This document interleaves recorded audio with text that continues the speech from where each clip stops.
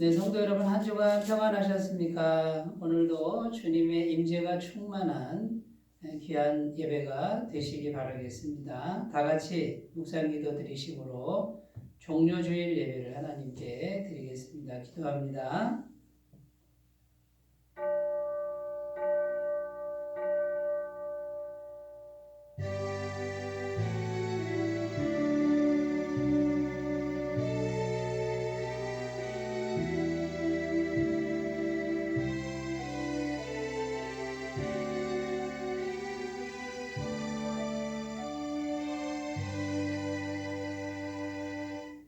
앞에서 가고 뒤에서 따르는 자들이 소리 지르되 호산나 찬송하리로다. 주의 이름으로 오시는 이여 찬송하리로다.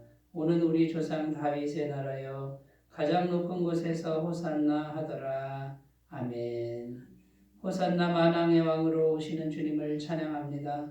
그 옛날 이스라엘 백성들이 종려나무 가지를 흔들며 예수님을 환영하였듯이 저희들도 온 몸과 마음으로 기뻐 찬양하며 주님을 영접하오니 낮고 천한 우리에게 다가오셔서 다스려 주옵소서.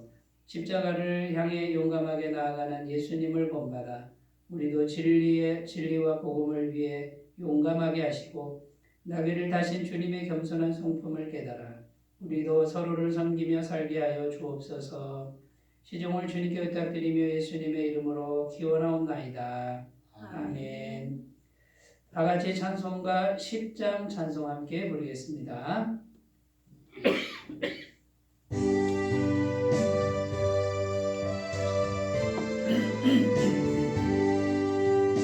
전능왕 오셔서 주 이름 찬송해 하옵소서. 영광과 권능의 성부여 오셔서 우리를 다스려 주옵소서. 감생한 성자여 오셔서 기도를 들으소서.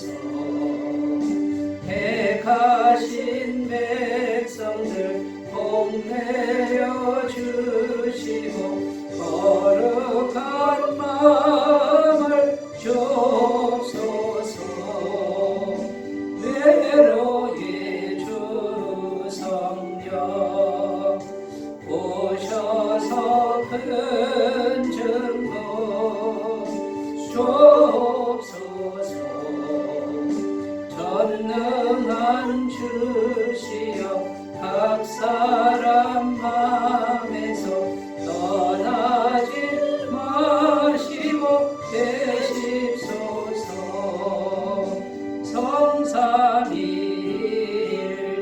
성삼위일체께 한없는 찬송을 드립니다. 존귀한 주님을 영광 종배우고 영원히 모시게 하옵소서.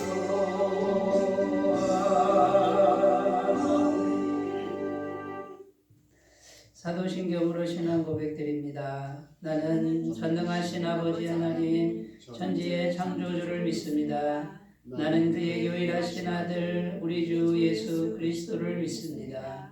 그는 성령으로 잉태되어 동정녀 마리아에게서 나시고 본디오 빌라도에게 고난을 받아 십자가에 못 박혀 죽으시고 장사된 지 사흘 만에 죽은 자 가운데서 다시 살아나셨으며 하늘에 오르시어 전능하신 아버지 하나님 우편에 앉아 계시다가 거기로부터 살아있는 자와 죽은 자를 심판하러 오십니다. 나는 성령을 믿으며 거룩한 공교회와 성도의 교제와 죄를 용서받는 것과 몸의 부활과 영생을 믿습니다. 아멘.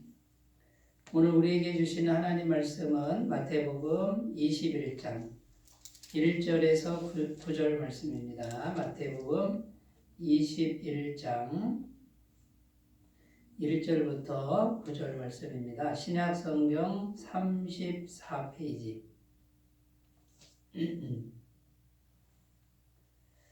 마태복음 21장 1절에서 9절 말씀을 제가 봉독해 드리겠습니다. 그들이 예루살렘에 가까이 가서 감람산 벳바게에 이르렀을 때에 예수께서도 제자를 보내시며 이르시되 너희는 맞은편 마을로 가라. 그리하면 곧 매인 나귀와 나귀 새끼가 함께 있는 것을 보리니 풀어 내게로 끌고 오라. 만일 누가 무슨 말을 하거든 주가 쓰시겠다 하라. 그리하면 즉시 보내리라 하시니 이는 선지자를 통하여 하신 말씀을 이루려 하심이라. 일렀으되 시온 딸에게 이르기를 내 왕이 내게 임하나니 그는 겸손하여 나귀 곧 멍에 매는 짐승의 새끼를 탔도다 하라 하였느니라. 제자들이 가서 예수께서 명하신 대로 하여 나귀와 나귀 새끼를 끌고 와서 자기들의 겉옷을 그 위에 얹음에 예수께서 그 위에 타시니 무리의 대다수는 그들의 겉옷을 길에 펴고 다른 이들은 나뭇가지를 베어 길에 펴고 앞에서 가고 뒤에서 따르는 무리가 소리 높여 이르되 호산나 다윗의 자손이여 찬송하리로다. 주의 이름으로 오시는 이여 가장 높은 곳에서 호산나 하더라. 아멘. 네, 오늘 말씀의 제목은 평화의 왕이 우리에게 오십니다. 평화의 왕이 우리에게 오십니다. 라는 제목으로 함께 은혜를 나누겠습니다.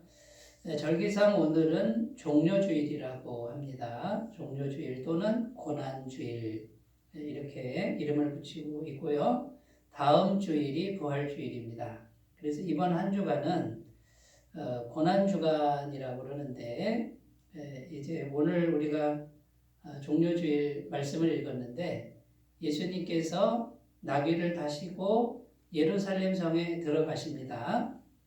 6월절이 돼서 예루살렘 성에 들어가시는데 이제 거기서 한 주간을 보내시죠. 예루살렘 성에서 한 주간을 보내는데 금요일 날 십자가에 못 박혀 죽으시는 겁니다. 피 흘려 죽으시고 그리고 토요일 날 무덤에 계셨다가 주일 아침에 이제 부활하시는 그런 과정입니다. 결국 나귀를 타고 예루살렘 성에 들어가는 말씀이 오늘 말씀인데 예수님은 지금 고난을 받으러 들어가시는 거죠. 이제 고난을 받고 그 다음에 금요일 날은 십자가에 못 박혀 죽으러 들어가시는 것이 바로 이 종료주일입니다. 그래서 이제 예수님께서는 다시 예루살렘에서 나올 생각이 없고요. 거기서 이제 죽으신 후에 십자가를 통해서 완벽한 죄 사함을 이루시고 주일날 부활하시러 들어가시는 것이죠. 그래서 이번 한 주간 고난 주간인데 이번 한 주간 동안만큼은 우리가 꼭 시간을 정해놓고 기도하시는 그런 한 주간이 되셨으면 좋겠습니다. 지금 주님께서 나귀를 타고 예루살렘 성 안으로 들어가는데요. 예루살렘 성 안에는 살기가 등등한 사람들이 우글거리고 있었습니다.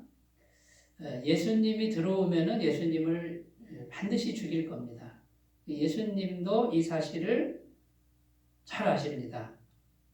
다 알면서도 예루살렘 성으로 들어가시는 거죠.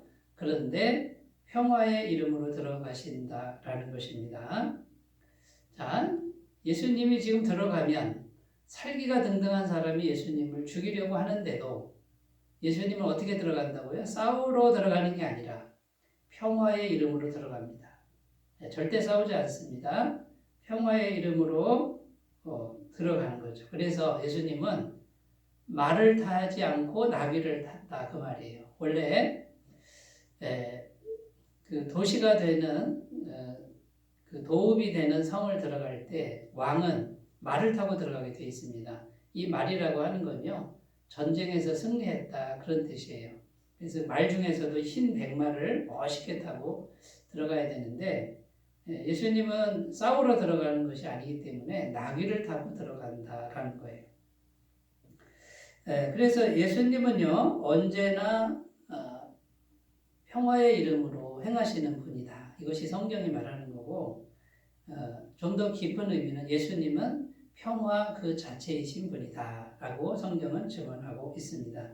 이사야 9장 6절 말씀에 이는 한 아기가 우리에게 낳고 한 아들을 우리에게 주신 바 되었는데 그의 어깨에는 정사를 메웠고 그의 이름은 기묘자라 모사라 전능하신 하나님이라 영존하시는 아버지라 평강의 왕이라 할 것임이라. 이사야 선지자는 예수님을 향해서 평강의 왕이다 이렇게 표현하고 있습니다. 그러니까 예수님을 죽이려고 자신을 죽이려고 하는 사람들에게도 평화로 가신다는 거예요. 평화 자체이신 분. 그분을 오늘 말씀을 통해서 꼭 만나시고 예수님의 평화를 마음에 가득 채우시고 살아가시는 귀한 은혜가 있으셨으면 좋겠습니다. 첫 번째 우리가 생각할 건요. 평화의 두 가지 의미가 있음을 우리가 살펴보아야 됩니다. 평화에는 두 가지가 있는데 첫 번째 평화는 뭐냐면 인간이 만드는 평화, 사람이 만드는 평화라고 할 수 있고요. 그 다음 또 하나의 평화는 뭐냐면 하나님이 만드시는 평화. 이렇게 두 가지로 볼 수 있습니다. 여러분 인간이 만드는 평화는 어떤 평화냐면요. 힘 앞의 평화예요. 어떤 한 사람이 힘이 막강합니다. 그러니까 다른 사람들이 조용히 있는 것이죠. 이게 인간이 만드는 평화고요.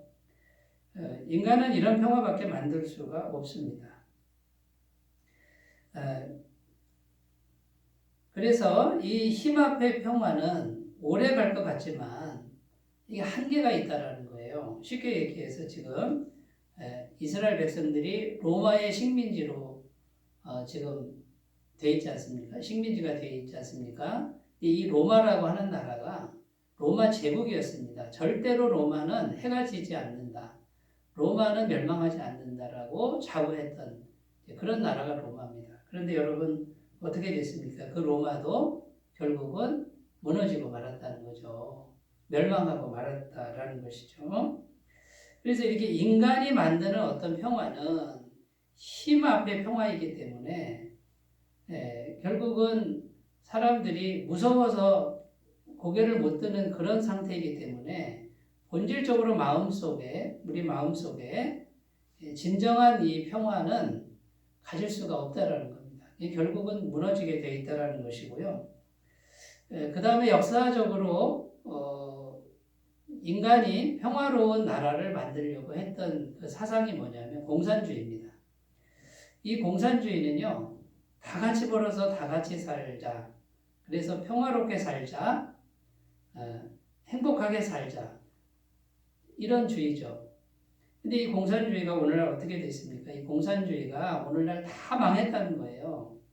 지금 남아있는 나라가 북한이 하나 남아있는데 그 북한도 얼마나 가난합니까? 그리고 다 같이 벌어서 다 같이 사는 나라가 아니고 지배 계급에 한 2,000명 되는 그 지배 계급만 조금 먹고 살고 그 밑에 있는 대다수의 80%의 대다수의 국민들은 지금 기아에 허덕이고 있는 것이 현실이라는 겁니다.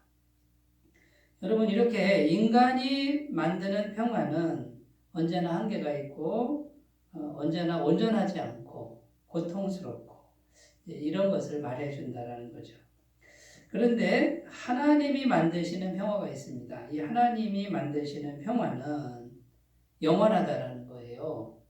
왜냐하면 하나님이 만드시는 평화는 하나님이 통치하시는 거예요. 근데 이거는 힘으로 통치하는 게 아니고 우리 마음 속에 스며들어 있는 죄의 세력을 해결하는 거예요. 죄의 세력을 완전하게 해결해서 마음으로부터 자원해서 만들어지는 평화. 결국은 우리 안에 죄가 해결되면 하나님의 영이 우리 마음에 들어오시죠. 그래서 우리 마음을 한 사람 한 사람 마음을 성령님이 통치하시고 다스림으로 만드는 그 평화가 바로 하나님이 만드시는 평화입니다. 이 하나님이 만드시는 평화를 구약 성경의 용어로는 샬롬이라고 표현합니다. 모든 관계가 다 완벽한 평화입니다. 하나님과도 평화요, 나 자신과도 평화고 이웃과도 평화고 자연과도 평화고 부모 자식 간에도 평화가 되는 이런 세계, 이거를 샬롬이라 그러고 신약 성경의 헬라어로는 에이레네라고 합니다. 샬롬이나 에이레는 같은 뜻이에요. 하나님이 만드시는 평화인 것이죠. 이것은 우리 마음에 죄사함이 이루어지고 성령이 오셔야만 가능하다라는 것이고, 사도행전에 보면 이 샬롬의 공동체가 소개되어 있습니다. 초대교회가 바로 그 주인공인데요. 사도행전 2장 43절 47절에 보면 사람마다 두려워하는데 사도들로 말미암아 기사와 표적이 많이 나타나니 믿는 사람이 다 함께 있어 모든 물건을 서로 통용하고 또 재산과 소유를 팔아 각 사람의 필요를 따라 나눠주며 날마다 마음을 같이하여 성전에 모이기를 힘쓰고 집에서 떡을 떼며 기쁨과 순전한 마음으로 음식을 먹고 하나님을 찬미하며도 온 백성에게 칭송을 받으니 주께서 구원받는 사람을 날마다 더하게 하시니라. 아멘. 여기 보면 사도들을 통해서 기사와 표적이 나타났다라고 말합니다. 성령님의 임재가 그 공동체에 강력하게 나타났고요.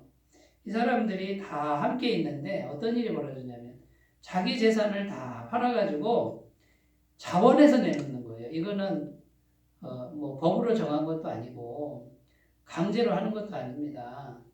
성령님께서 마음속에 자기가 가지고 있는 것을 남에게 주고자 하는 그런 마음을 불러일으켰다라는 거죠. 네, 그래서 그 당시 가난한 사람이 많았습니다만 필요를 따라 다 나눠주는 아주 행복한 공동체가 되었다는 것이고요. 그래서 성전에 모이면서 이렇게 아름답게 사니까 세상 사람들에게도 칭송을 받는 그런 일이 있었다라고 성경은 말하고 있는 것입니다. 여러분, 이것이 바로 샬롬 공동체고요. 아무래도 이 땅에서는 한계가 있지만 성령님이 오시면은 가능하고요. 그러나 진정한 완벽한 샬롬 공동체는 우리가 천국에 가서 이제 죄가 다 사해진 그 세계에 가서 이제 비로소 이루어질 것이라고 믿습니다. 그러나 여러분, 우리가 오늘 현재를 살아가는 이 시간에도 성령님께서 오셔서 우리 마음에 이 죄악된 요소를 다스리고 날마다 예수님의 보혈로 죄사함을 이루시는 그 능력이 우리 마음속에 살아있다 그러면은 이 샬롬의 능력은 얼마든지 우리에게 임하는 것을 꼭 믿으셨으면 좋겠습니다. 그러므로 여러분, 하나님이 만드시는 평화, 이게 샬롬인데요. 이 샬롬은 하나님의 영의 임재가 우리 속에 있어야만 가능하다라는 겁니다. 인간의 힘으로 노력해서는 절대로 될 수가 없다라는 것이죠. 요즘에 봄이 돼서 길에 가면 꽃이 참 예쁘게 잘 피었죠. 여러분, 불과 몇 달 전만 해도 그 꽃나무들은 꽃이 하나도 없었습니다. 왜 그렇습니까? 겨울이었지 않습니까? 차가운 공기가 온 세상을 통치하니까 꽃이 나올 수가 없는 거죠. 그런데 봄이 되니까 따뜻한 공기가 온 세상을 통치합니다. 그러니까 자연스럽게 그 아름다운 꽃들이, 그 다음에 나무에서 새순들이 자연스럽게 올라오지 않습니까? 하나님의 통치가 바로 이와 같다라는 겁니다. 성령님의 따뜻한 그 마음이, 따뜻한 손길이 우리 얼어붙은 마음에 불기 시작하면, 통치하기 시작하면 우리 안에서 꽃이 피고 새싹이 돋아나고 열매가 맺히는 놀라운 역사가 있을 줄로 믿습니다. 그런데 우리 주 예수님은 인간이 만드는 평화가 아니라 샬롬의 평화를 우리에게 주신다는 거고, 그 이름으로 오늘 우리에게 오신다라는 것입니다. 자, 두 번째 우리가 이제 생각해야 될 건요. 예수님은 샬롬으로 우리 마음에 오신다라는 거예요. 우리 마음에. 자, 오늘 본문 말씀에 보면 예수님이 나귀를 타고 예루살렘 성에 들어갑니다. 근데 이것을 우리가 이렇게 해석할 수 있습니다. 그 예루살렘 성은 역사적으로 예루살렘 성이지만 오늘날 그 예루살렘 성은 우리 마음이다. 이렇게 해석할 수가 있다라는 것입니다. 여러분, 우리 마음 속에 죄가 많지 않습니까?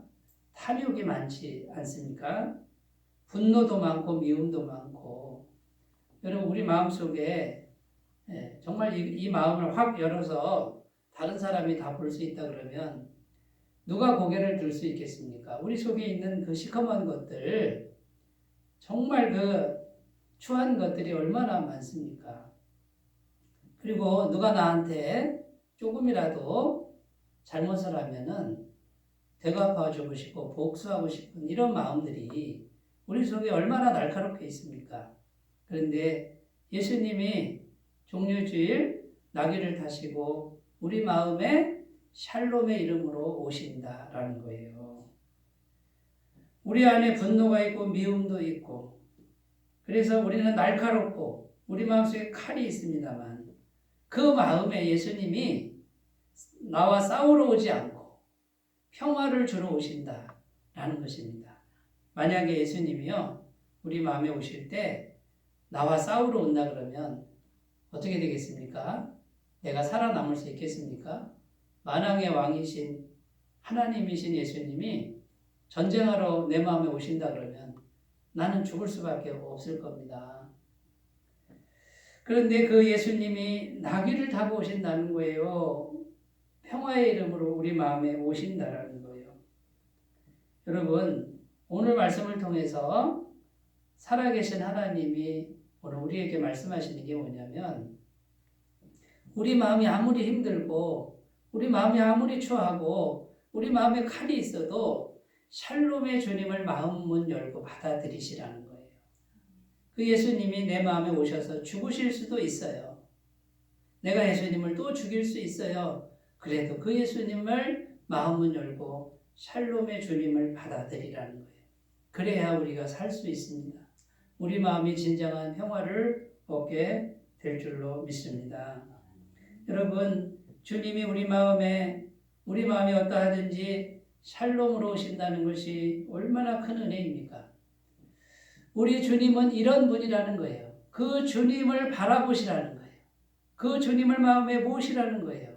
그러면 그 주님의 샬롬이 우리에게 우리 마음속에 이루어질 줄로 믿습니다.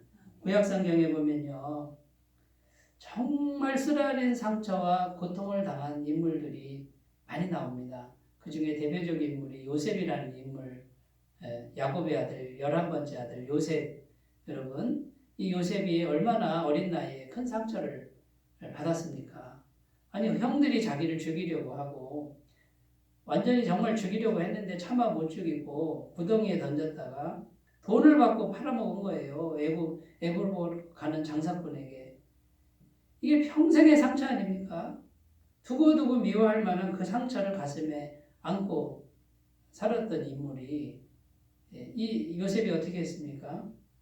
그 쓰라린 상처와 또 버려진 것 같은 그 두려운 그런 상황에서 하나님만을 계속 의지하지 않습니까? 하나님을 마음에 모시고 하나님과 동행하는 그 인생을 경주했을 때 애굽의 국무총리로 하나님이 사용하시고 7년 기근이 왔을 때 온 세상을 다 생명을 구원하는 생명의 도구로, 위대한 아름다운 도구로 그렇게 사용하시는 것이 구약성경에 나오지 않습니까? 여러분, 또 다윗이라는 왕이 있는데 이 다윗이 얼마나 쓰라린 경험을 했습니까? 자기가 잘못한 게 없는데 한 나라의 왕인 사울이 자기를 죽이려고 그럽니다. 샅샅이 뒤져가지고 자기를 죽이려고 하는데 얼마나 원통하고 원망스럽고 두려웠겠습니까? 그런데 이 다윗이 캄캄한 동굴 속에 유리하고 방황하는 그 순간에도 늘 하나님을 찾고 하나님을 기도하고 그 하나님을 마음에 모시고 하나님을 바라보지 않았습니까? 그런데 다윗 마음에 상처가 없는 거예요. 분노가 없는 거예요. 여러분, 하나님을 바라보는 분들, 주님을 바라보시는 분들은 마음의 상처와 분노와 원통과 쓰라림, 이걸 극복하게 될 줄로 믿습니다. 물론 하루아침에 그 마음이 극복이 되지는 않을 거예요. 이것이 얼마나 큰 상처입니까? 그러나 지속적으로 평화이신 주님, 우리에게 진정한 평화를 주시는 그 주님을 바라보시는 분들은 그 능력으로 사로잡혀서 이 모든 상처가 치료되고 위대한 인생으로 발전해가는 놀라운 역사가 있을 줄로 믿습니다. 로마서 12장 17절에서 21절 말씀, 아무에게도 악을 악으로 갚지 말고 모든 사람 앞에서 선한 일을 도모하라. 할 수 있거든 너희로서는 모든 사람으로 더불어 화목하라. 내 사랑하는 자들아, 너희가 친히 원수를 갚지 말고 하나님의 진노하심에 맡기라. 기록되었을 때 원수 갚는 것이 내게 있으니 내가 갚으리라고 주께서 말씀하시니라. 악에게 지지 말고 선으로 악을 이기라. 이렇게 말씀하고 있습니다.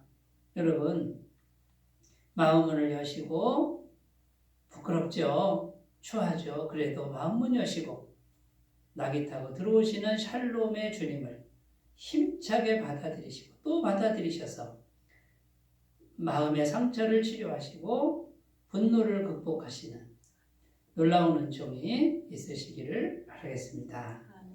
자, 세 번째입니다. 세 번째, 우리 주님은 겸손으로 우리 마음에 오신다라는 거예요. 첫 번째는 뭐였죠? 샬롬으로 오신다. 두 번째는 겸손으로 우리 마음에 오신다라는 겁니다. 자, 예수님께서 선택하신 동물은 나귀입니다. 나귀 중에서도 새끼 나귀입니다. 여러분, 나귀는 동물 중에서 가장 인기 없고 볼품없는 동물이라고 합니다. 그리고 가치를 따지자면 쓸모없는 동물이라고 합니다. 그런데 가장 유순하고 겸손한 동물이죠. 지금 주님은 가장 볼품 없는 그 나귀를 선택하셨다라는 거예요. 이 나귀의 모습은 예루살렘 성에 들어가는 주님의 외향적 모습과도 같다라는 거예요. 지금 주님의 모습은 외향적으로 가장 볼품없고 가장 흠모할 만한 것이 없는 그런 모습이라는 거죠. 그런 모습으로 예루살렘 성에 들어가는데, 그러나 주님 안에는 뭐가 충만했습니까? 신성이 충만했다. 성경은 이렇게 증언하는 거예요. 그 안에는 하나님의 모든 충만하심이 충만했다라고 성경은 말하고 있는 거예요. 자, 주님이여 우리 마음에 오실 때 이런 모습으로 온다는 거예요. 누구도 주목하지 않는 그 모습으로 오신다는 거예요. 조용히 오신다는 거예요. 가장 겸손한 모습으로 우리 마음에 오신다라는 거예요. 이제 예수님 믿고 구원받은 성도님들은요, 이미 주님이 우리 마음에 와 계십니다. 그런데 여러분, 질문 드려보겠습니다. 그 예수님이 우리 마음에 계신데 그분이 만왕의 왕이시래요. 자, 그런데 우리 마음을 한번 들여다보세요. 그 주님이 잘 느껴지십니까? 분명히 주님이 계신 게 보입니까?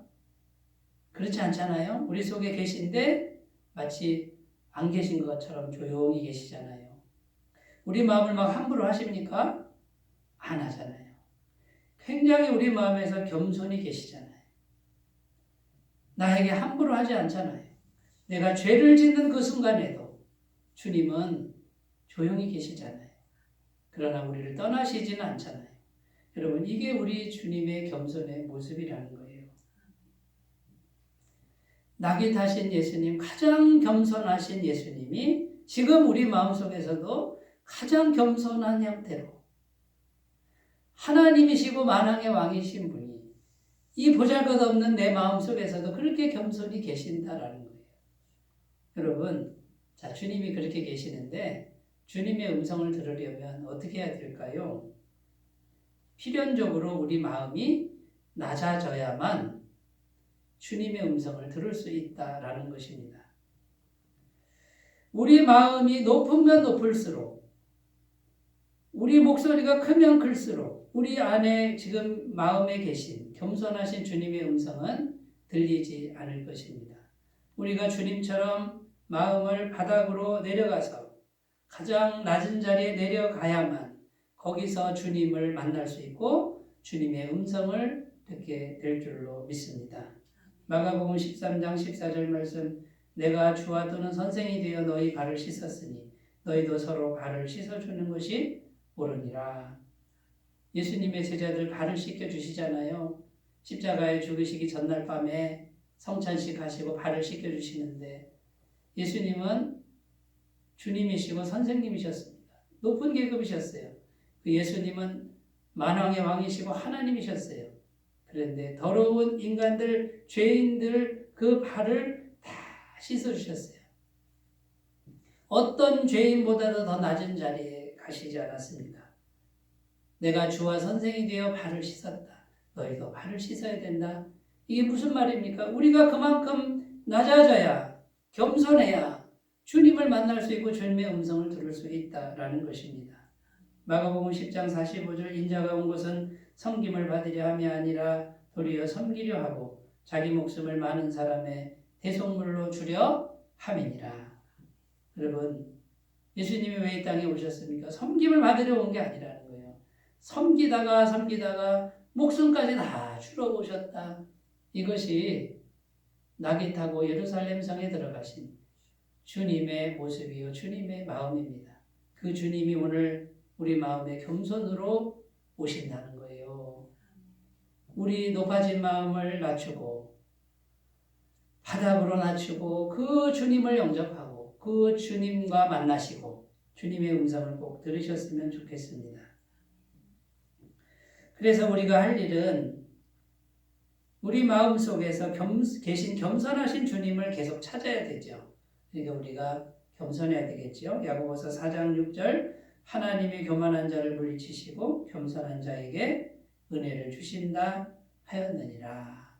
여러분, 우리가 겸손해지기만 하면 은혜를 주신답니다.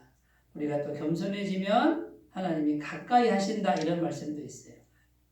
잠언 22장 4절 말씀 겸손과 여호와를 경외함의 보응은 재물과 영광과 생명이니라. 잠언 말씀은 이렇게 교훈하고 있습니다.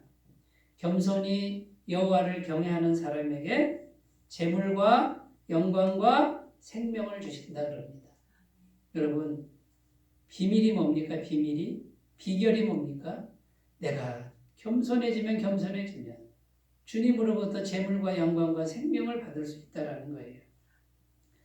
빌립보서 2장 5절에서 11절입니다. 너희 안에 이 마음을 품으라고 그리스도 예수의 마음이니 그는 근본 하나님의 본체신 하나님과 동등됨을 취할 것으로 여기지 아니하시고 오히려 자기를 비워 종의 형체를 가지사 사람들과 같이 되셨고 사람의 모양으로 나타나서 자기를 낮추시고 죽기까지 복종하셨으니 곧 십자가에 죽으심이라.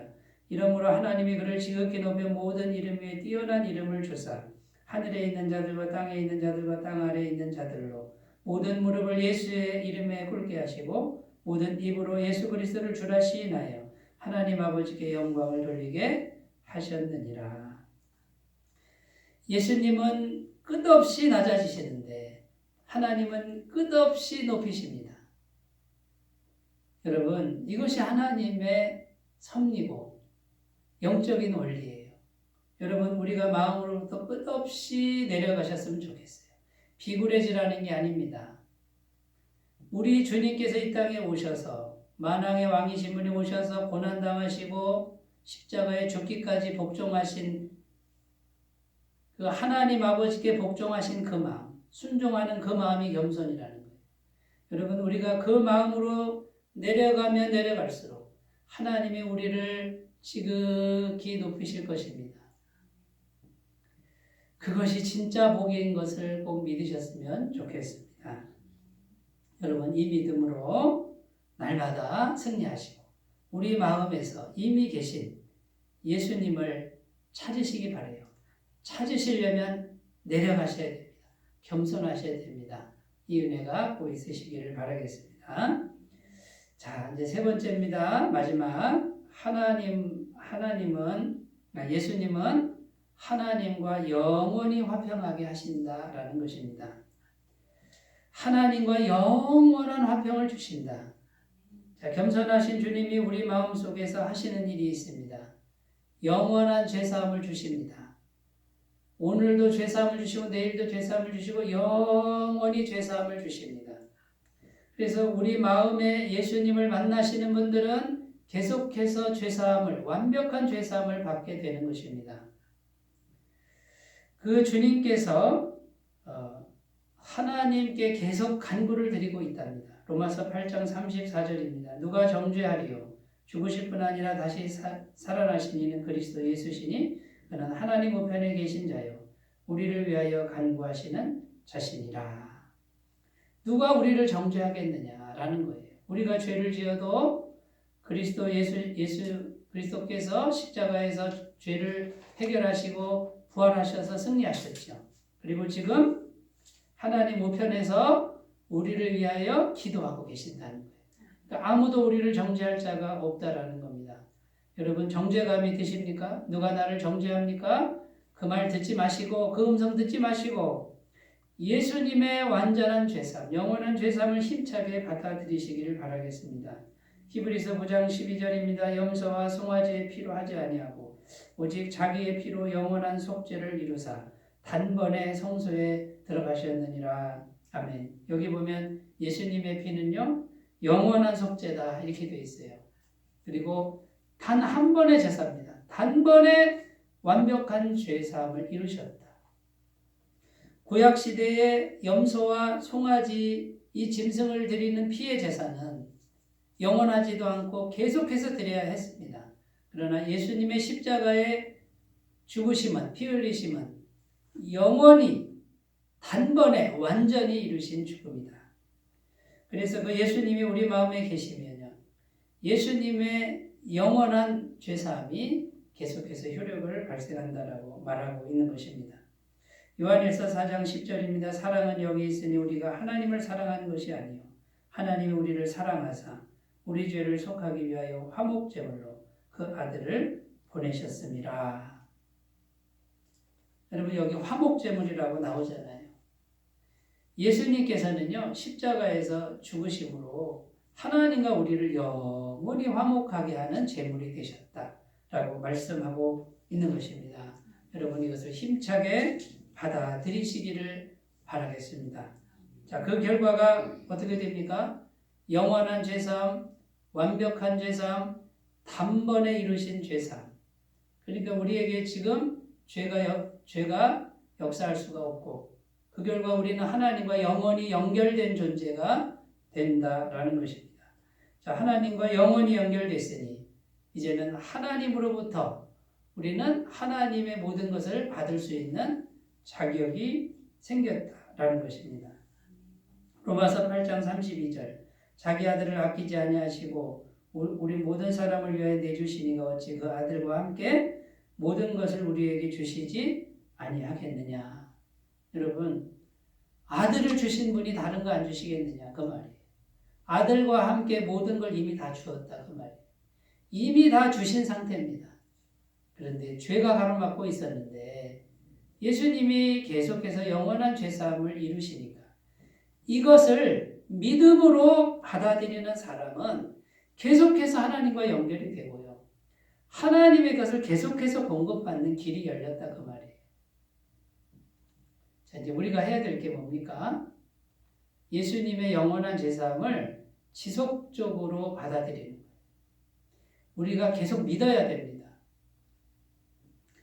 계속 믿지 않으면 어떤 일이 생기냐면요. 계속 믿지 않으면 우리 속에 한쪽에 이 죄의 세력이 계속해서 이 진리를 자꾸 잊어버리게 해요.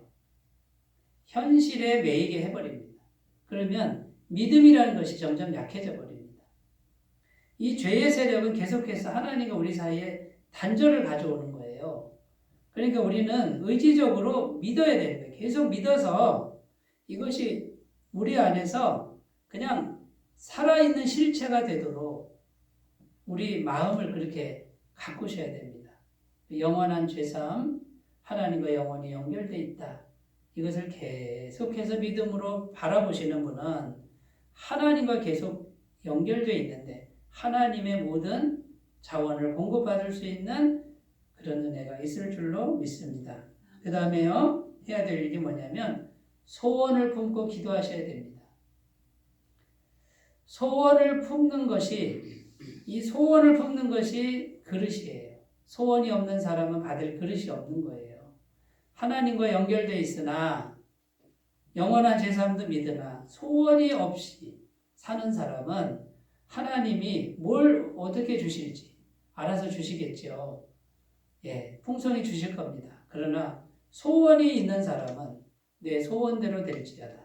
내 믿음대로 될지어다. 이런 음성을 듣게 될 줄로 믿습니다. 빌립보서 2장 13절 너희 안에서 행하시는 이는 하나님이시니 자기의 기쁘신 뜻을 위하여 너희에게 소원을 두고 행하게 하시나니 이렇게 말씀하고 있습니다.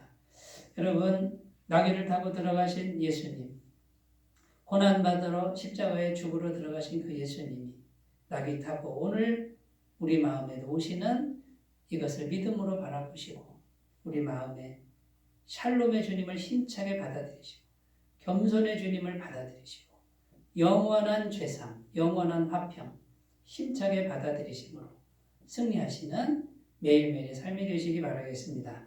기도합니다. 하나님 아버지, 종료주일 나귀 타고 예루살렘 성에 들어가신 주님이 겸손한 모습으로 샬롬의 모습으로 우리 마음에 오시니 감사합니다.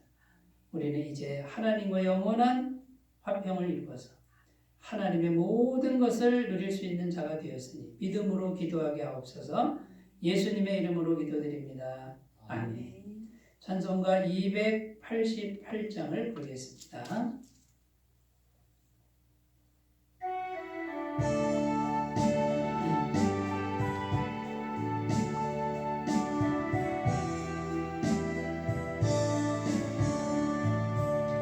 예수를 나의 구주 삼고 성령과 피로써 거듭나니 이 세상에서 내 영혼이 하늘의 영광 누리도다. 이것이 너의 간증이요 이것이 나의 찬송일세. 나 사는 동안 끊임없이 구주를 찬송하리로다. 온전히 좋게 맡긴 내 영 사랑의 음성을 듣는 중에 천사들 왕래하는 것과 하늘의 영광 보리로라. 이것이 나의 간증이요 이것이 나의 찬송일세. 나 사는 동안 끊임없이 구주를 찬송하리로다. 주 안에 기쁨 누림으로 마음의 풍랑이 잔잔하니 세상과 나는 한 곳 없고 구속한 주만 보이도다. 이것이 나의 간증이요 이것이 나의 찬송일세. 나 사는 동안 끊임없이 구주를 찬송하리로다.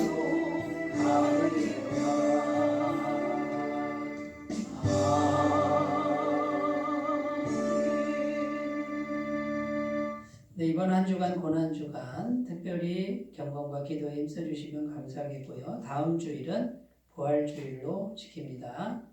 잘 준비하셔서 영광 돌리는 부활주일이 되셨으면 좋겠습니다.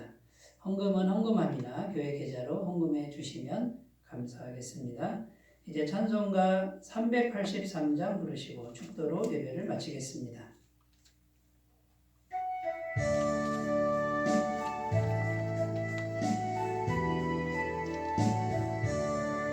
눈을 들어 산을 보니 또 멀리서나 천지 지은 주 하나님 나를 도와주시네. 나의 거리 실족치 않게 주가 깨어 지키며 택한 백성 항상 지켜 이리 보호하시네. 도우시는 하나님이